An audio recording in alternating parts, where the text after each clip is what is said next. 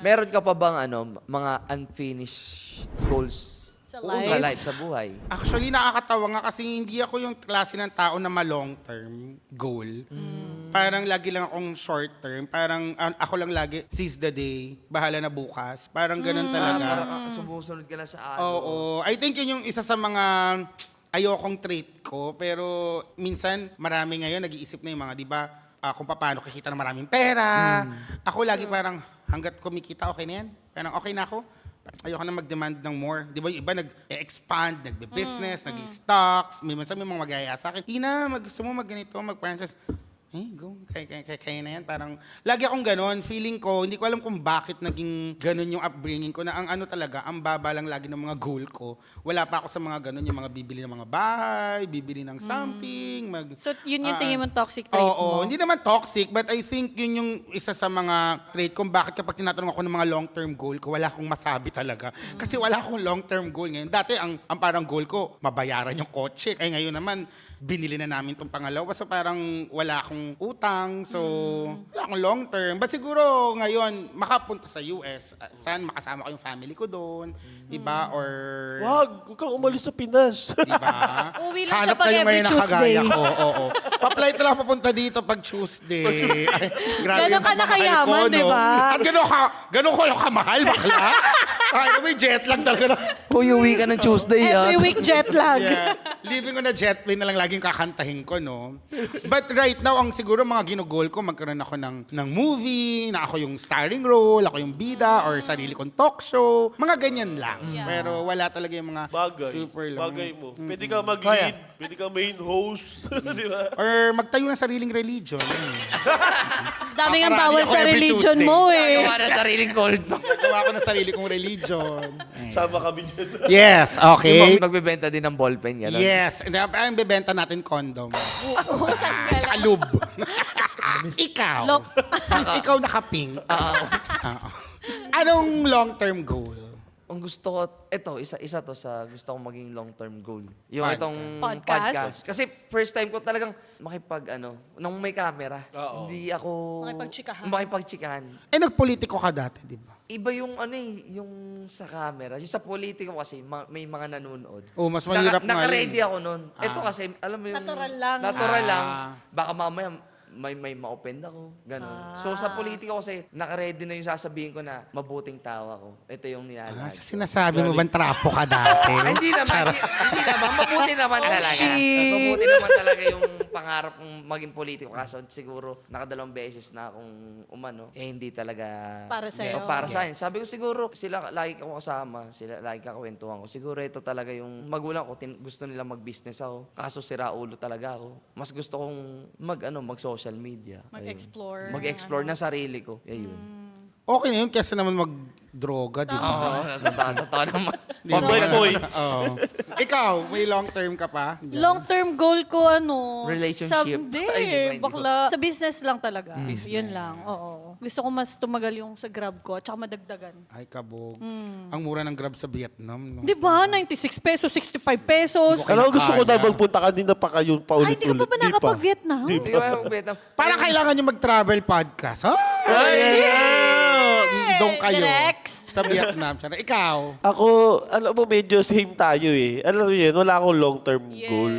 So, kaya until now, parang go with the flow. Totoo. And alam mo yun, try lang ng try. Inom lang ng inom, ganon. Seize the Hindi day ka naman. din. Hindi ba? Ayun siguro pinaka-goal ko, hindi na ako manginginom. Ha? Hindi kami naniniwala dyan. Bullshit! Ilang beses niya na sinabi yan. Kasi masaya eh, di ba? Kahit pa paano, natatanggal yung... Pag nakikipag-socialize ka sa ibang tao, Socialize. totoo. Yung araw-araw birthday mo, ganon. Ako, ang tingin ko kasi parang bahagi na talaga siya ng kaluluwa ko.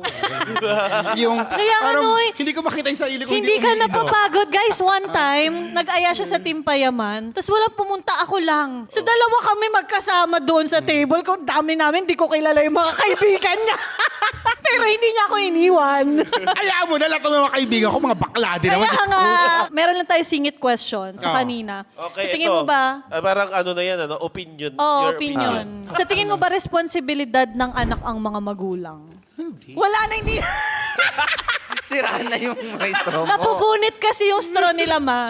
Kasi ano to, yung bigas? Yes. Ay, pasabog naman tong coffee shop na to. Diba? Parang gusto I ko ulit love magkape. it. For Bukas pa po, sustainability. ma. Pero dapat talaga ganito. Tama na yung mga plastic nyo po. Plastic na nga yung mga tao. Dadagdagan nyo pa. Dadagdag pa kayo. Okay. Hindi. So back to the question. Kaya nga nung sabi ko, di ba, yung bata pag nagka-utak, wala naman siyang choice na huwag ipanganak. Di ba? Yes. So, wala siyang responsibility at all. Kasi nasa magulang talaga yun. Ngayon, kung kagaya na sa akin na nagka-utak ako, mahirap kami, kung pinupwersa ka nung mag-aral ka ha, dahil ikaw mag-aahon sa hirap, ganyan-ganyan. I think yun yung maling mentality. Pero minsan kasi, na-feel ko yung ibang magulang na hindi naman nila sinasabi yan out of ma-pressure, pero kasi wala na kaming maibigay sa'yo. Baka ikaw may magawa ka for us. Di ba? Parang baka ganoon. Pero in a sense, sa situation right now, it will never be a responsibility ng anak. Pero hindi naman kasi masama na maging grateful at tumanaw ng utang na loob na Exactly. hindi ka pa rin ipinalaglag, binuhay ka, gusto ka maging bahagi ng pamilya. Oo, hindi mo lahat yun giniling, hindi mo naman hiningi. Pero, di ba, wala namang sigurong masama kung gagawa ka rin ng kabutihan dahil ginawang ka ng kabutihan ng mga Yes. magulang mo. Yun lang ako. Yung pagiging grateful. Alam mo, pwede ka Asya. talaga, no? Ang galing mo magsalita. Lahat ng sinasabi mo may sense. Si Bakla nanghihilot na naman. Masahista ka ba? Hindi kasi yan nga unexpected nga eh. Dahil nga hindi naman tayo nagkakausap ng ganito. Pag nandoon tayo sa Wifey. compound, puro tayo Sa chismisan eh. compound, chismis yung ano, yung... Paano pag pinapapunta niyo ako dun sa compound, wala nang hiningi yung mga bakla, kundi mga chismis. Yang si Biba baba pa talaga, parang chismosang to. Kaya ang dami kong nalalaman eh. Kaya Thankful ayaw ako na rin kay ako Ina. makatrabaho ng mga artista. Dahil di siya siyang chismosa. Ito na nga si Ono nga. Mamaya kayo sa akin. Ayan, kung bibigyan ka ng isang araw para maging someone famous, sino at bakit? Ay, parang boring naman nun. Isang araw lang. Charot. Isang araw lang. Someone famous? Maximize mo lang yung araw mo. Ganun. Shit, tangina ng mga tanong niyo pang slambok ha. Ang hirap sagutin. Yung talagang mapapakagat ka sa ball. Sino kaya? Ako siguro right now, si ano na lang. Kailangan ba buhay or yung patay na? Boy, Hindi naman. Kailan mo makakatawa? kahit ano. Si Jesus na lang. Bakit? Famous naman siya. I mean, syempre noong panahon niya, 12 lang yung followers niya. Pero ngayon, sikat na siya, di ba? Like, marami na siyang, ano ba? 12 na. Ang galing ka. Ilan ba? Di ba 12? 12 ang followers niya? O 13? Nagtaksil pa yung isa. So pag ilan yung apostles mo? Wow, alam. Pero kung artista. Artista. Sabi mo, someone famous. Sikat naman si JC For me walang buhay ng iba na gusto kong maging ako. Parang gano'n. Yung parang, I wanna live his life. Walang gano'n kasi I can live my own eh. Parang yung akin na lang. Sige, ganito na lang. Kung meron kang nakikitang artista o sikat na personalidad na gaganap ng buhay mo, sino at bakit? Yan. Palit sila si Ako Sir na lang Rod. din. Sayang yung TF eh. Mukhang pera. Hindi, ang May point.